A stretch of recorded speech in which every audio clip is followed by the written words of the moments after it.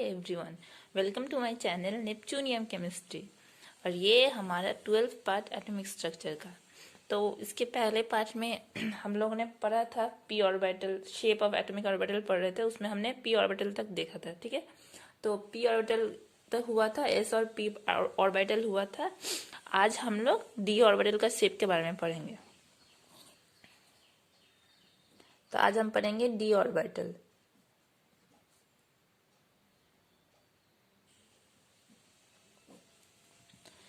हमें पता है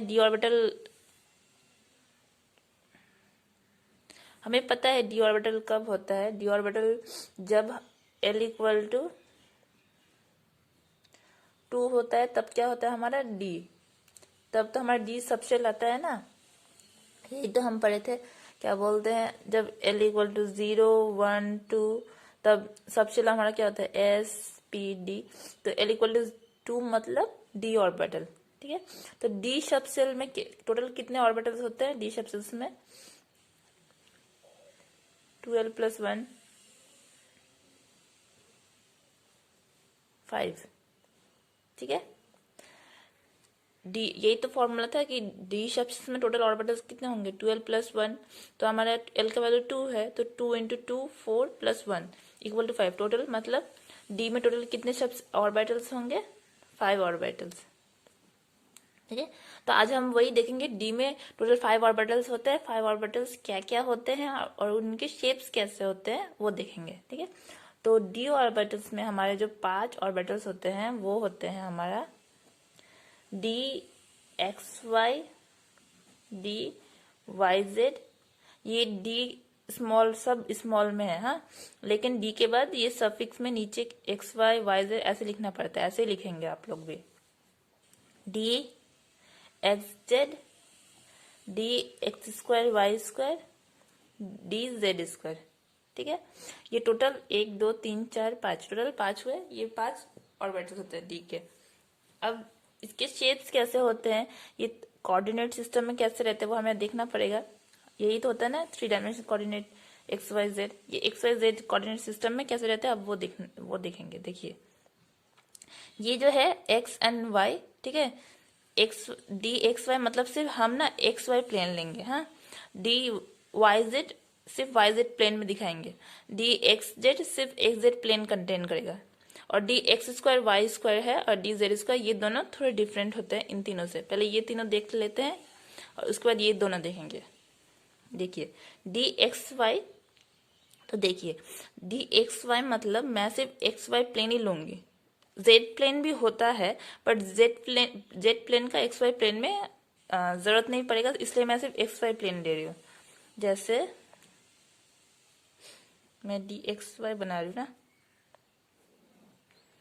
ये मैंने Y प्लेन बोला और ये मेरा X प्लेन। ठीक है, जैसे ये मेरा Y और ये X, ये है। ठीक है, देखिए, तो मेरा Z प्लेन ऐसा है, इसके अकॉर्डिंग Z प्लेन ऐसा है। ठीक है, तो हम Z प्लेन नहीं दिखा रहे क्योंकि मेरा जो DXY है वो ना सिर्फ XY प्लेन से हो जाएगा। तो DXY जो है, ये मेरा DXY मतलब क्या होगा, ये इसके जो ऑर्बिटल्स होंगे इसके केस में वो क्या होता है, बिटवीन XY प्लेन में रहता है। ठीक है, DXY है मतलब XY प्लेन के बीच में रहेगा। यहाँ पे होगा, यहाँ पे होगा, यहाँ पे होगा, यहाँ पे होगा। तो कहाँ कहाँ होगा? यहाँ ऐसे होगा, ऐसे। ठीक है, ऐसे ऐसे हो गया। तो ये मेरा हो गया DXY, मतलब ये DXY मतलब X एंड Y के बीच में होगा। तो ये मेरा X एक्सिस, ये Y, तो यहाँ होगा, यहाँ, फिर इस साइड, टोटल 4 हो गया। तो मेरा जो Z एक्सिस है उसका तो मुझे जरूरत पड़ा नहीं। ठीक है, XY एक प्लेन में हो गया। ठीक है, और ये मेरा 3 डायमेंशन जरूरत पड़ा नहीं, यहाँ पे जरूरत पड़ा नहीं Z एक्सिस का, इसलिए मैंने Z एक्सिस दिखाया नहीं। इसी तरह सिमिलरली DYZ DXZ भी होगा। DYZ क्या होता है, बिटवीन X एंड Z के एक्सिस के बिटवीन होगा। DYZ X एंड Z के बिटवीन में होगा। अब देखिए डी वाई जेड बनाएंगे डी एक्स जेड।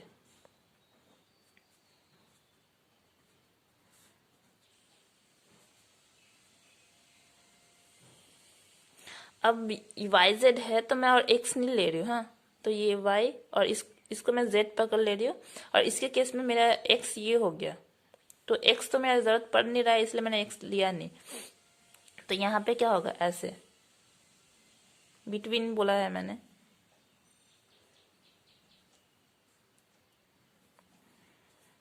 ये हो गया मेरा डी वाई जेड। इसी तरह ये मैंने जेड एक्सिस पकड़ा, ये एक्स पकड़ा। आप किसी को भी कोई भी एक्सिस पकड़ सकते हैं। D X Z, x and Z, between x and Z, ठीक है। तो ये मैंने पेन कॉपी में बनाया है ना, इसलिए मैंने यहाँ पे एक्सिस चेंज कर दिया है, लेकिन जब ऑरिजिनल जो रियलिटी में जो होता है वो वैसे ही होता है। आप शो देखेंगे तो शो कर पाएंगे। देखिए, मैंने इसको एक्स वाई एक्सिस बोला था, इसको एक्स बोला था, और ये मेरा हो गया जेड एक्सिस। तो मेरा जब मैंने एक्स वाई देख रही थी तो एक्स वाई मतलब ये और ये आ रहा था, तो यहाँ होगा, यहाँ होगा, यहाँ होगा, यहाँ होगा, ठीक है। अब मैं बोल रही हूँ वाई जेड।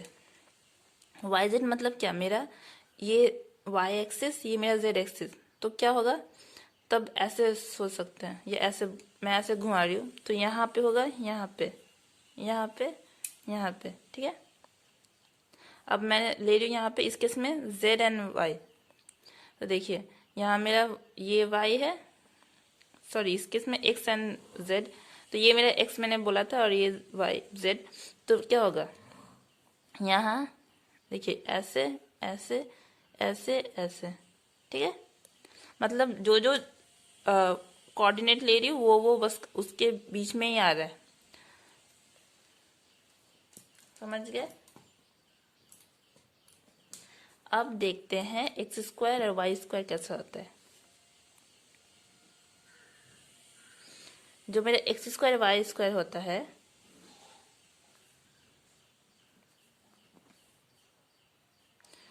अगर मैं इसको y बोलूँ और इसको x बोलूँ, एक्स स्क्वायर वाई स्क्वायर जो होता है वो एक्स एंड वाई स्क्वायर को कंटेन करके रहता है, ठीक है। डी में ना, और ये जो होते हैं डी में D X Y D Y Z D X Z D x square Y Z Y square, इन सब में 4 लोब्स आ रहा है, ठीक है। 4 लोब्स होते हैं डी के, और सिर्फ डी जेड स्क्वायर में थोड़ा डिफरेंट होता है, वो हम देखेंगे।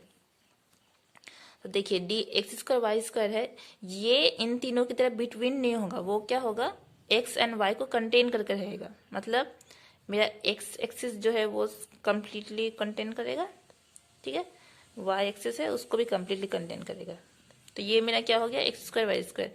ये इन तीनों से डिफरेंट है, क्योंकि ये क्या होता है, ये कोऑर्डिनेट के बीच में रहता है, between the two coordinates, but ये क्या कर रहा है, कोऑर्डिनेट को कंटेन करके रह रहा है। तो ये मेरा क्या था, ये y था, ये x था, तो मतलब अब ये ऐसे नहीं रहेगा, अब ये ऐसे रहेगा, ठीक है। इनको कंटेन करके ऐसे ऐसे, ओके। अब डी जेड स्क्वायर जो होता है उसका शेप देखेंगे, उसका शेप कैसा होता है।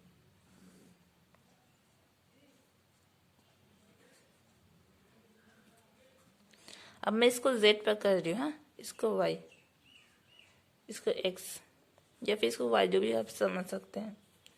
अब देखिए मैं यहाँ पे पेन कॉपी में बना रही हूँ ना, इसलिए मेरे मतलब मुझे दिखाने में जो ठीक लग रहा है मैं उसको वो एक्सिस पकड़ ले रही हूँ, ठीक है।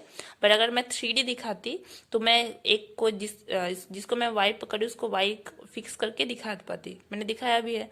लेकिन यहाँ पे मैं पेन कॉपी में यूज़ कर रही हूँ, पेन कॉपी दिखा रही हूँ, इसलिए मेरे को जो मेरा ठीक हो रहा है वो मैं यूज़ कर रही हूँ एक्सिस। तो जेड स्क्वायर मतलब क्या, जेड कंटेन करेगा, जहां जहां स्क्वायर होता है ना वो मतलब वो एक्सिस कंटेन करके रहेगा। यहाँ पे जेड स्क्वायर है मतलब जेड एक्सिस कंटेन करके रहेगा, ठीक है। तो ये हो गया मेरा जेड स्क्वायर।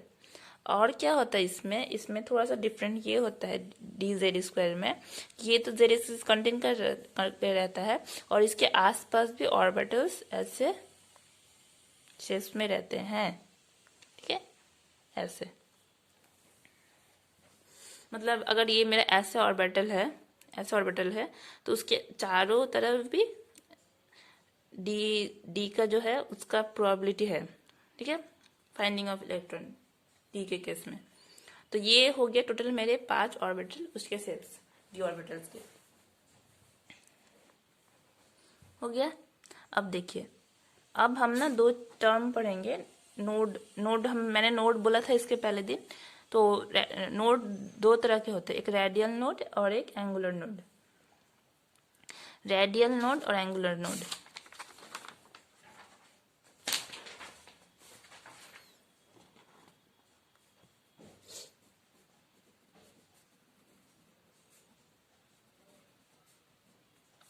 एंगुलर नोड मतलब क्या है, जो प्लेन जहाँ पे इलेक्ट्रॉन मिलने का प्रोबेबिलिटी नहीं होता है, जिस प्लेन में इलेक्ट्रॉन मिलने का प्रोबेबिलिटी नहीं होता। जैसे मैं अगर ये बोलूँ, मैं ये वाई, ये एक्स एक्सिस बोल रही थी, तो वाई एक्स वाई में क्या हो रहा था, यहाँ मिल रहा था, यहाँ मिल रहा था।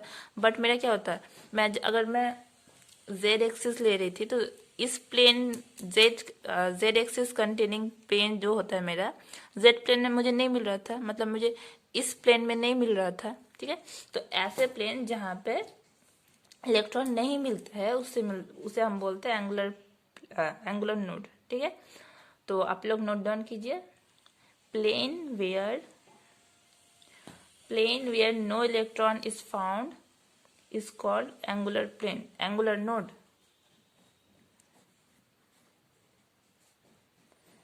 Where no electron is found. तो एंगुलर नोड का जो फॉर्मूला होता है वो होता है angular node equal to l. मतलब मेरा जो सबसेल का वैल्यू होता है वही होता है मेरा एंगुलर नोड, ठीक है। उसी तरह मेरा रेडियल नोड का भी फॉर्मूला होता है। रेडियल नोड इक्वल टू क्या होता है मेरा, n माइनस एल माइनस 1।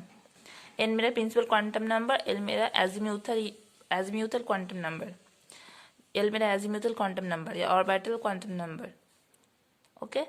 अगर अब मुझे ना क्वेश्चन में ना ऐसे दिया रहता है, क्या बोलते हैं, 2s है या फिर 3s है, ऐसे दिया रहेगा और आपको बोलेगा 2s के केस में रेडियल नोड क्या होगा, एंगुलर नोड क्या होगा, वो सॉल्व करके बताइए। तो 2 अगर s है, अगर मेरा 2s दिया है, एग्जांपल लेके दिखा रही हूँ, तो इसमें s मतलब क्या होता है मेरा, s मतलब 0, l वैल्यू 0। तो मेरा एंगुलर नोड क्या होगा, एंगुलर नोड हो जाएगा मेरा l वैल्यू होता है मतलब 0। और रेडियल नोड क्या हो जाएगा इसके केस में, radial node equal to n minus l minus 1। तो n मेरा क्या है, principal quantum number 2 minus 0 minus 1, तो 2 माइनस 1 इक्वल टू 1। तब मेरा क्या हो गया, रेडियल नोड 2s के केस में मेरा रेडियल नोड हो गया 1 एंड एंगुलर नोड हो गया 0, ओके। और अब ना और एक फॉर्मूला होता है total number of nodes, total number of nodes. तो टोटल नंबर नोड्स मतलब वही कि इन दोनों का summation, angular node plus radial node. तो एंगुलर नोड मेरा क्या होता है L, और रेडियल नोड क्या होता है n minus L plus 1, sorry n minus l minus 1। तो ये पॉजिटिव है L है, ये नेगेटिव L, तो पॉजिटिव ये कैंसिल आउट हो जाएगा, तो ये मेरा हो जाएगा n माइनस 1, ओके। तब अगर मेरा 2s के केस में टोटल नोड मुझे निकालने बोले, टोटल नोड यहाँ पे क्या होगा, 2 माइनस 1 इक्वल टू 1। तो 2s के केस में मेरा एंगुलर नोड हो गया 0, रेडियल नोड हो गया 1 and total number of nodes हो गया 1, ओके। और ये मेरा सही भी है, अगर मैं 0 प्लस 1 को ऐड करूँ तो क्या होगा, 1 ही तो होगा ना।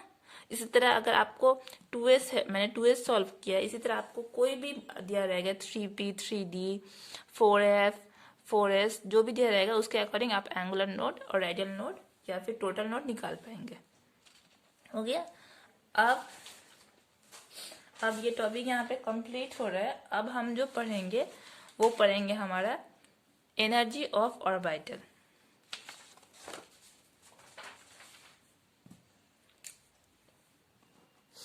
अब ये topic energy of orbital,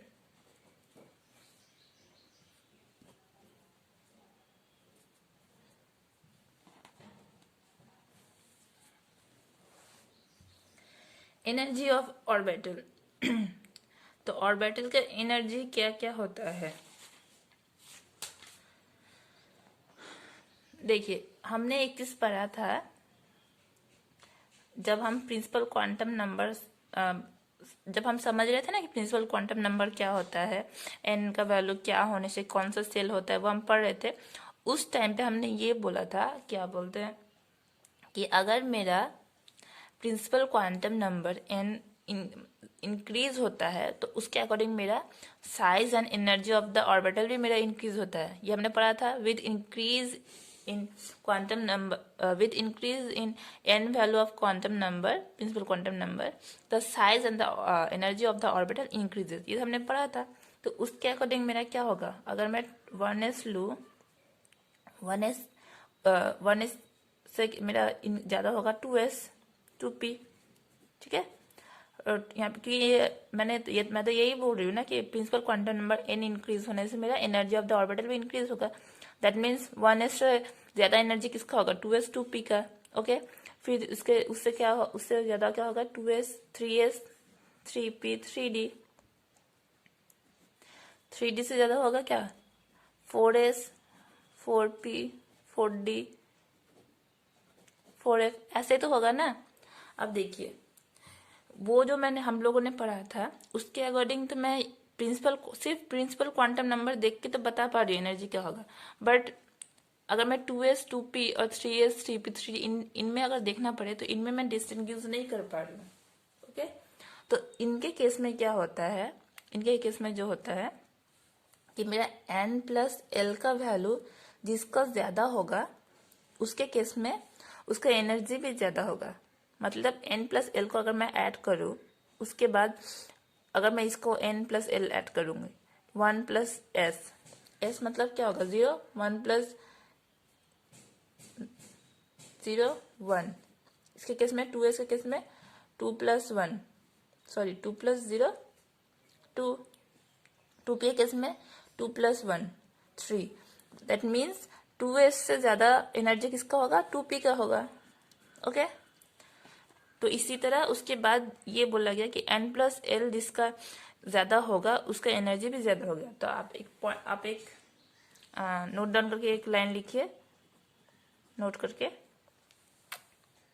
the greater the value of n+l, the greater the value of n+l, greater will be its energy। Okay, ये वन नंबर पॉइंट ये कि अगर मेरा n+l का वैल्यू ज्यादा हुआ तो उसके अकॉर्डिंग मेरा उसका एनर्जी, उस ऑर्बिटल का एनर्जी भी ज्यादा होगा। ये समझिए। तो देखिए अगर मैं ये बोलूँ 2s का केस में क्या हो रहा है, 2+s का वैल्यू 1 होता है तो s का वैल्यू 0 होता है तो 2+0 2, 2p के केस में 2+1 3। उसी तरह 3s का केस में देखो 3+0 3। ओके, और 3p और 3 और p के केस में 3p के केस में क्या होगा, 3+1 4, 3d के केस में 3+2 5। ओके, तो देखिए एक चीज यहाँ पे 3s के केस में भी 3 आ जा रहा है और 2p के केस में भी 3 आ जा रहा है। तो ऐसे केस में हम कैसे डिस्टिंग्विश करेंगे कि अगर मेरा n+l का वैल्यू सेम आ जाएगा तो उसके केस में एनर्जी किसका ज्यादा होगा। तो ऐसे केस में जहाँ पे n+l का वैल्यू सेम आ जाएगा उसके केस में हम देखेंगे जिसका प्रिंसिपल क्वांटम नंबर कम होगा उसका एनर्जी मेरा, जिसका प्रिंसिपल क्वांटम नंबर कम होगा उसका एनर्जी भी कम होगा। ओके, मतलब ये कि अगर मैं 2p और 2s के केस में देखूं तो 2p एंड 3s के केस में देखूं तो इसका भी मेरा n+l का वैल्यू 3 आया है, 2s के केस में भी n+l का वैल्यू 3 आया है। ओके, बट इस दोनों के केस में मेरा प्रिंसिपल क्वांटम नंबर कम किसका है, 2 है, 2 एंड यहाँ पे 3 तो 2 कम है। दैट मीन्स 2p का एनर्जी जो होगा वो 3s ऑर्बिटल से 2p का एनर्जी कम होगा। ओके, तो और एक लाइन लिखिए आप, If two orbitals have same value of n plus l, if two orbitals have same value of n plus l, then orbital having lower value of n have lower energy. Okay, वही हमने लिखा। क्या बोलते हैं, n plus L जब equal हो जाएगा, same हो जाएगा किसी दो ऑर्बिटल का, तो उस केस में जिसका n वैल्यू कम होगा उस ऑर्बिटल का भी एनर्जी भी कम होगा। ओके, तो मैं ये मुझे मिल गया। क्या बोलते हैं, सबसे कम होगा 1s का, अब 2s का, फिर 2p एंड 3s में सेम आ जा रहा है, तो मेरा 2 कम है, तो मतलब 2p फिर 3s, ठीक है, फिर 3p 4, तो 3p। ओके, 3d क्या हो जा रहा है मेरा, 3d है 5, फिर 3d। अब 4s केस में देखेंगे, 4 प्लस 0, तो ये क्या हो जा रहा है 4 प्लस 0 4, तब मतलब क्या है, ये भी मेरा 4 है, 3p भी मेरा 4 है, 3p भी मेरा 4 है, और क्या 4s भी 4 है। तो उसके केस में क्या होगा, 3p कम होगा, उसके बाद 4s आएगा, मतलब 3d नहीं आएगा, यहाँ पे क्या आएगा 4s, उसके बाद क्या आएगा 3d, उसके बाद 3d आएगा, 3p आएगा, फिर 4s, फिर 3d। ओके, क्योंकि अगर मैं 3p के केस में अगर ऐड करूँ n प्लस एल, तो मेरा वैल्यू 4 है, 4s के केस में भी मेरा 4 है, तो ये दोनों आएगा पहले, और इसके केस में तो 5 हो जा रहा है ना, 3d के केस में 5 हो जा रहा है, तो इसके केस में ये बाद में 3d आएगा, पहले 4s आएगा। ओके, मतलब मेरा पहले 4s का एनर्जी कम होता है, उससे ज्यादा मेरा 3d का एनर्जी होता है, इसी तरह कंटिन्यू चलता है। ओके, अब अगर ऐसा हो कि कोई दो एटम लिया है मैंने, जैसे फॉर एग्जांपल मैं लिथियम भी ले रही हूँ, मैं सोडियम भी ले रही हूँ, ठीक है, ये तो मेरा कोई एक एटम के अंदर ही ऐसा होगा, ठीक है, कोई एक एटम ले रही हूँ, उसके केस कोई एक एटम या कोई एक एलिमेंट ले रही हूँ, उसके केस में ऐसा होगा, ठीक है, 1s2s आता है उसी केस में। अगर मैं कोई दो एलिमेंट को कंपेयर करूं, तब क्या होगा, जैसे लिथियम क्या होता है, लिथियम हाइड्रोजन हीलियम लिथियम, ठीक है, लिथियम पहले आता है, उसके बाद सोडियम, लिथियम का क्या होता है 3 होता है एटॉमिक नंबर, सोडियम का 11। तो लिथियम के केस में भी क्या होता है, लिथियम के केस में भी मेरा 2s आता है, सोडियम के केस में भी मेरा 2s आता है, ठीक है।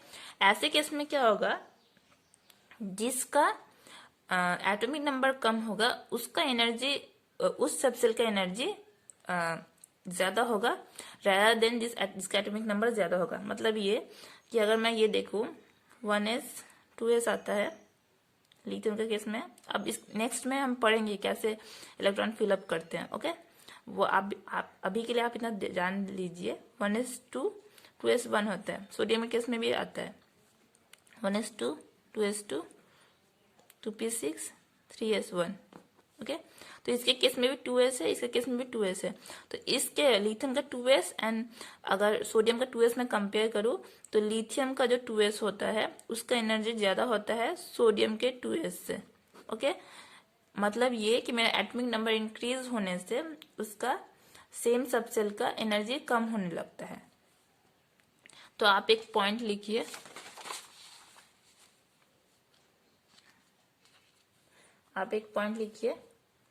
नोट करके, energy of orbitals of same subcell